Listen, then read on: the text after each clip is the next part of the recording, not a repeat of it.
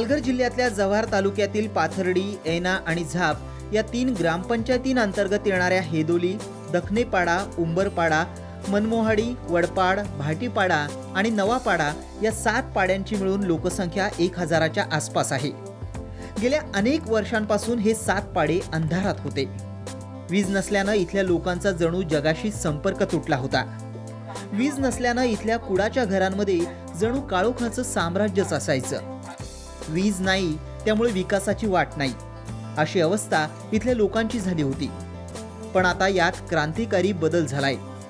दुर्गम डोंगरी भागातले हे पाडे आता उजळून निघालेत। दिव्यांच्या प्रकाशानं कुडांच्या झोपडीतला अंधार दूर झालाय। घराघरात पंख्याची घरघर सुरू झालीये। इतकंच नाही तर टीव्ही देखील आल्यानं सारं जग या लोकांच्या कवेत आलंय।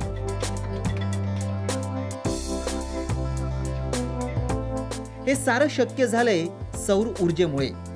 प्रगती प्रतिष्ठान आणि ग्रामऊर्जा प्रायव्हेट लिमिटेड यांच्या संयुक्त विद्यमानं इथं सौर ऊर्जेचा प्रकल्प उभारण्यात आला आणि हे 7ही पाडे प्रकाशमान झाले। पहिला इथे कसली सोय नव्हती, समजा लाईट नव्हती, तेव्हा आम्हाला फार अंधारात राहावं लागेल। पण जेव्हा हा संस्थेवाले आले, प्रगती प्रतिष्ठानवाले आमच्या गावात आले, आम्हाला समजून सांगायला आले की असा आमच्याकडे प्रोजेक्ट आहे, तर हा तुम्ही करून बघा। नंतर आम्हाला वाटलं की बरं आहे आणि MSCBची तर लाईट कधी येऊ शकणार पण नव्हती एवढ्या दऱ्याखोऱ्यात, म्हणून ते आम्ही प्रोजेक्टला सहभाग घेतला। प्रत्येक पाड्यांवर एखादी घरघंटी चालवण्याची सोय या प्रकल्पात आहे, त्यामुळे महिलांची खूप सोय होणार आहे। कारण वीज नसल्यानं इथल्या महिलांना पिठासाठी जात्यावर दळण दळण्याशिवाय दुसरा कोणताही पर्याय नव्हता। वीज आल्यानं इथल्या गावकऱ्यांमध्ये कमालीचा आनंद पाहायला मिळतोय। वर्षानुवर्ष अंधारात आयुष्य जगणाऱ्या या लोकांना आता जग जिंकल्यासारखं वाटू लागलंय। लाईट आल्यामुळे आमची पोरं शाळेत जातात, रात्रीचे अभ्यास करतात आणि रात्रीचे फिरतात। आम्ही रात्रीचे सर्व काम आटपते।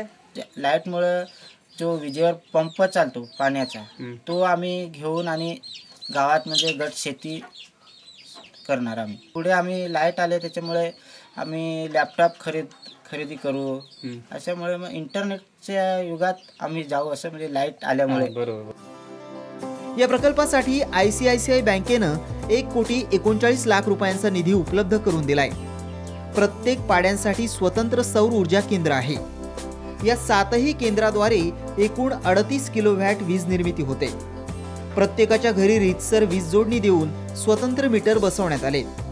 तसंच प्रत्येक कुटुंबाला दरमहा किमान 100 रुपये वीज बिल भरावं लागणार आहे। त्यापुढील वीज बिल आकार प्रत्येकाच्या वापरावर अवलंबून असेल। तसंच प्रत्येक घरात 4 पॉइंट्स देण्यात आलेत। पावसाळ्यात या प्रकल्पातून नेहमीच्या तुलनेत कमी वीज निर्मिती होणार असली तरी पाड्यांवरील गरजा भागवण्यासाठी ती पुरेशी असेल। तसंच किमान 5 वर्ष या प्रकल्पातून अखंड वीज पुरवठा होऊ शकणार आहे।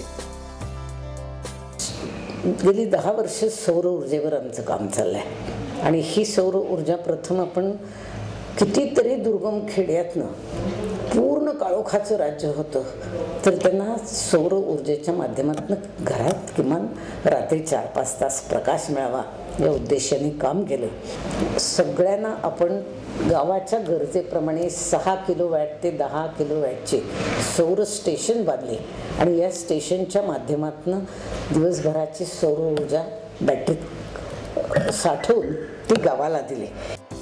प्रगती प्रतिष्ठान संस्था गेल्या 30 वर्षांपासून या भागात काम करतीये। इथल्या लोकांचे प्रश्न सोडवण्याचा प्रयत्न या संस्थेमार्फत केला जातोय। खरं तर पिंजाळ नदीवरच्या प्रकल्पामुळे हे 7 पाडे अक्षरशः अडगळीत पडलेत, पण प्रगती प्रतिष्ठानच्या प्रयत्नांमुळे आता हे पाडे प्रकाशात आलेत आणि याच प्रकाशामुळे इथल्या लोकांच्या दारिद्र्याचं दुष्टचक्र आता भेदलं जाणार आहे। फैयाज शेख, साम टीव्ही, जव्हार।